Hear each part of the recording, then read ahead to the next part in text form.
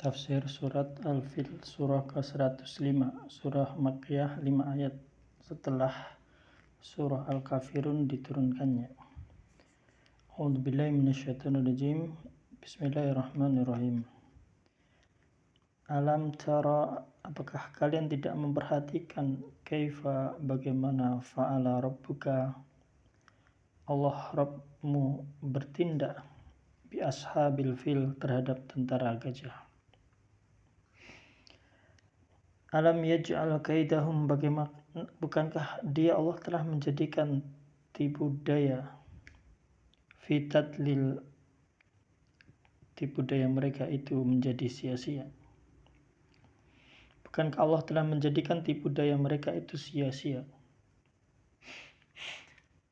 Wa arsala alaihim tayran ababil, dan dia Allah mengirimkan kepada mereka burung yang berbondong-bondong. Tarmihim bihijaratin min sijil, yang melempari mereka dengan batu dari sijil. Faja'alahum ka'asfim ma'kul, lalu dia Allah menjadikan mereka seperti daun yang dimakan. Apakah kamu tidak memperhatikan bagaimana Allah Tuhanmu telah bertindak terhadap tentara gajah?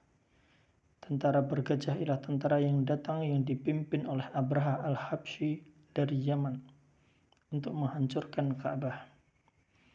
Maka Allah Ta'ala sendiri yang mempertahankan Ka'bah, rumahnya yang agung. Ini merupakan nikmat yang telah diberikan Allah kepada kaum Quraisy berupa penghindaran warga Quraisy dari mereka yang bertekad meruntuhkan Ka'bah dan menghilangkan jejaknya. Tetapi Allah justru membinasakan, menghinakan, menjadikan usaha mereka tentara bergajah itu sia-sia, menyesatkan amal perbuatan mereka dan mengembalikan mereka dengan kegagalan dan kerugian. Kaum bergajah ini adalah kaum Nasrani. Agama mereka itu sebagaimana agama kaum musyrik, yaitu menyembah berhala. Peristiwa ini merupakan batu loncatan bagi diutusnya Rasulullah Muhammad SAW, sebab di tahun itu Nabi Muhammad SAW lahir menurut pendapat yang paling masyhur.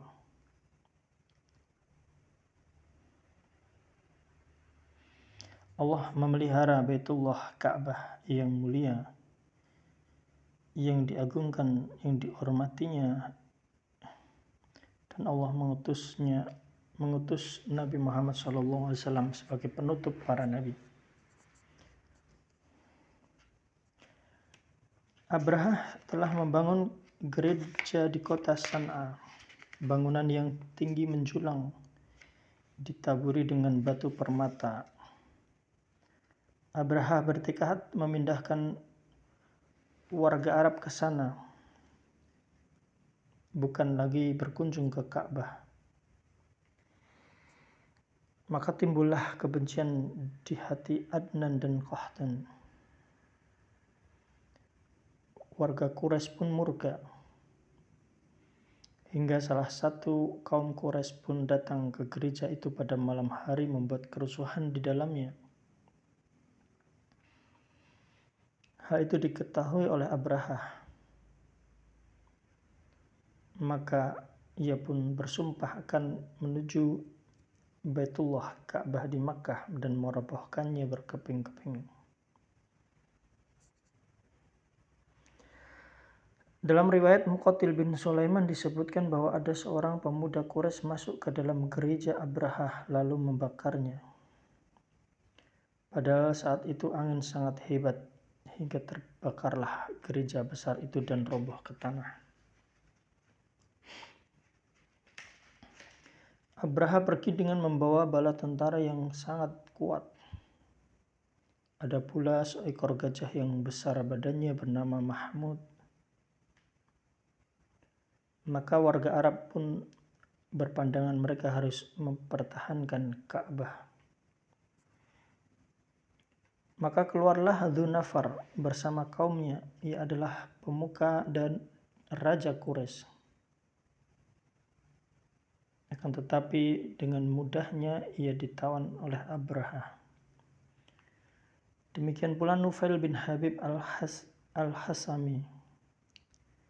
Dia ikut menghalangi gerakan Abraha bersama kaumnya selama 2 bulan berturut-turut. Akan tetapi mereka pun dikalahkan oleh Abraha. Abraha menawan Nufail serta hendak membunuhnya.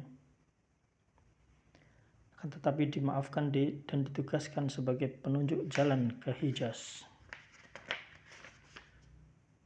Ketika mereka melewati Taif, penduduknya malah bersikap ramah dan ikut mengirimkan Abu Raghal sebagai penunjuk arah.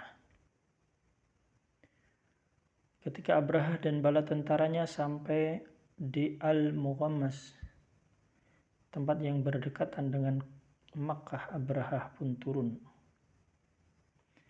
Bala tentaranya merampas harta warga Makkah yang terdiri dari unta-unta dan harta rampasan lain. Di antara harta rampasan itu ada 200 ekor unta milik Abdul Muthalib. Abraha pun mengutus Hanotah al-Himyari dan memerintahkan agar menangkap warga Quraisy yang paling terhormat.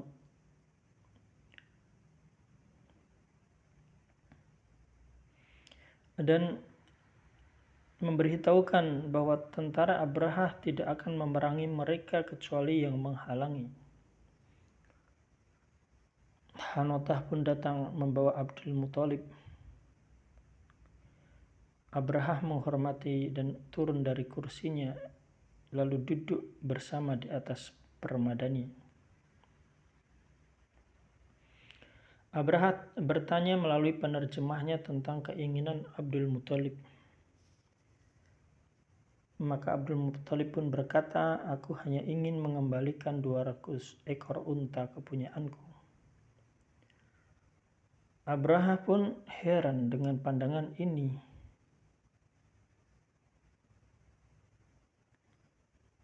"Apakah engkau hanya membicarakan 200 ekor unta milikmu yang telah aku ambil dan melupakan Ka'bah, simbol agama nenek moyang?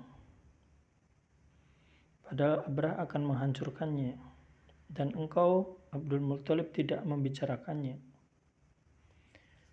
Maka Abdul Muthalib pun berkata, "Aku adalah pemilik unta-unta itu, sedangkan Ka'bah itu adalah rumah Allah, maka Allah sendiri yang akan mempertahankannya."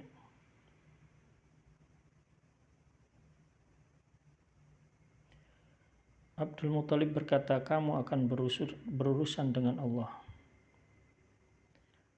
Maka Abraha pun mengembalikan unta-unta itu. Bukankah Allah telah menjadikan tipu daya mereka sia-sia? Kemudian Abdul Muthalib menemui warga Quraisy dan memerintahkan mereka untuk berlindung di puncak gunung Makkah, khawatir akan ditimpa amukan bala tentara Abraha. Dan ia pun berdoa bersama kaum Quraisy kepada Allah. Abdul Muthalib memegang pintu Ka'bah dan berkata, "Tidak ada kesedihan, sesungguhnya seorang telah mempertahankan miliknya. Maka pertahankanlah milikmu, ya Allah. Kekuatan muslihat mereka selamanya tidak akan pernah mengalahkan muslihatmu, ya Allah." Maka ketika Abraha mengarahkan gajahnya ke kota Makkah, datanglah Nufail bin Habib dan berdiri di samping gajah, lalu memegang telinganya sambil mengatakan, "Mogoklah hai Mahmud, kembalilah dengan benar ke tempat kamu datang, sebab kamu berada di negeri Allah yang haram." Kemudian dia pun melepaskan telinganya. Tidak lama gajah itu pun mogok. Nufail pergi dan berlari hingga tiba di puncak gunung menyatu dengan warga Quraisy. Adapun bala tentara Abrahah memukuli gajah itu agar mau berdiri, namun gajah itu pun tetap tidak mau berdiri.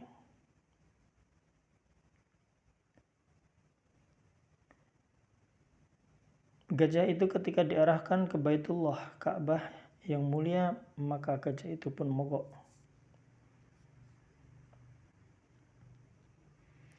Namun jika diarahkan ke arah yang lain, maka gajah itu mau pergi. Dan dia Allah mengirimkan kepada mereka burung berbondong-bondong yang melempari dengan batu dari Sijil. Lalu Allah menjadikan mereka seperti daun yang dimakan. Ibnu Abi Hatim meriwayatkan dengan sanadnya bahwa Ubaid bin Amir berkata, ketika Allah membinasakan bala tentara gajah, Allah mengutus sekawanan burung kepada mereka yang bermunculan dari lautan seperti burung penyambar. Setiap burung membawa 3 buah batu, 2 batu di kedua kakinya dan 1 di paruhnya. Burung itu datang tepat di atas kepala tentara bergajah Abrahah, kemudian bersuara dan melemparkan bebatuan yang ada di 2 kaki dan paruhnya. Maka tidaklah batu itu menimpa pada bala tentara Abraham, melainkan batu akan keluar dari duburnya, dan tidak ada satupun dari batu yang menimpa anggota tubuh tentara Abraham, melainkan akan keluar dari sisi sebelahnya. Demikianlah azab Allah menimpa tentara Abrahah. Adapun Abdul Muttalib dan warga Quraisy seperti Nufail al-Khazami, Mat'am bin Adi, Umar bin Aid al-Mahzumi, Mas'ud bin Amr as-Saqafi melihat dari atas Gua Hira apa yang dilakukan oleh bala tentara Habasyah dan siksa yang ditimpakan Allah pada pasukan Abrahah bergajah yang ingin menghancurkan Ka'bah. Nufail berkata, tiada tempat berlari bila Tuhan yang mengejar, dan Ashramlah yang kalah bukan yang menang. Muqatil bin Sulaiman menyebut bahwa orang Quraisy mendapatkan harta yang melimpah yang dirampas dari mereka dari pasukan Abrahah. Abdul Muttalib mendapatkan emas sepenuh lubang. Atha bin Yasar mengatakan tidak semuanya terkena siksa pada saat genting. Ada yang langsung mati, ada yang berjatuhan dagingnya sepotong demi sepotong. Mereka adalah bala tentara yang melarikan diri. Ketika Allah mengutus Nabi Muhammad SAW, maka nikmat yang patut diingat oleh warga Quraisy adalah bagaimana Allah telah memporak-porandakan tentara Abrahah menjaga kehidupan mereka. Maka Allah berfirman, apakah kamu tidak memperhatikan bagaimana Tuhanmu telah bertindak terhadap tentara bergajah? Bukankah Allah telah menjadikan tipu daya mereka sia-sia, dan Allah mengirimkan kepada mereka burung berbondong-bondong yang melempari mereka dengan batu dari Sijil. Lalu Allah menjadikan mereka seperti daun yang dimakan. Ababil adalah kawanan yang banyak sekali yang datang dari segala penjuru. Ibnu Hisham berkata orang Arab tidak pernah menggunakan kata itu dalam bentuk tunggal. Imam An-Nasai berkata, aku pernah mendengar sebagian ahlun nahwu mengatakan bahwa bentuk tunggal dari ababil adalah ibil. Adapun Sijil, Ibnu Hisham mengatakan Yunus An-Nahwi dan Abu Ubaidah mengabarkan bahwa di kalangan warga Arab kata itu berarti keras sekali. Ahli tafsir ada yang menyebut bahwa kata itu merupakan gabungan dari kata Farsi warga Arab menjadikan satu kata, Sinju dan Jillu, yang berarti batu dan berarti tanah. Seperti yang dikatakan Ibnu Abbas, Sijil adalah batu yang terbuat dari tanah. Al-asfu daun tanaman yang daun kubis bila dimakan oleh hewan. menjadi kotoran. Makna ayat di atas, sesungguhnya Allah Ta'ala telah membinasakan, menghancurkan, mengembalikan makar mereka pada diri mereka sendiri dan tidak mendatangkan kebaikan apa-apa. Allah telah membinasakan mereka secara keseluruhan. Tidak ada seorang pun dari mereka yang kembali menceritakan peristiwa mengerikan kecuali dalam keadaan luka parah, seperti yang terjadi pada Abraha, raja yang hendak menghancurkan Ka'bah. Ia termasuk orang yang daging dan anggota tubuhnya berjatuhan sepotong demi sepotong, jari demi satu jari. Ketika sampai di negerinya Son'a, hatinya telah terbelah, dan tidaklah dia mati demi Allah, melainkan setelah menceritakan apa yang menimpa mereka, kemudian dia mati. Lalu pemerintahan pun berganti kepada tangan putranya Ya'sum. Kemudian dilanjutkan oleh Masruq putranya. Setelah itu mereka semua diusir oleh Raja Sa'if bin Dziyazan al-Himyari dari Kisra dengan bantuan dari Kisra. Dalam hadis yang diriwayatkan oleh Al-Bukhari bahwa Rasulullah SAW bersabda pada hari penaklukan kota Mekah, Innallaha habasa an Makkah, Allah telah menahan tentara bergajah memasuki kota Mekah. Innallaha habasa an Makkah al-fil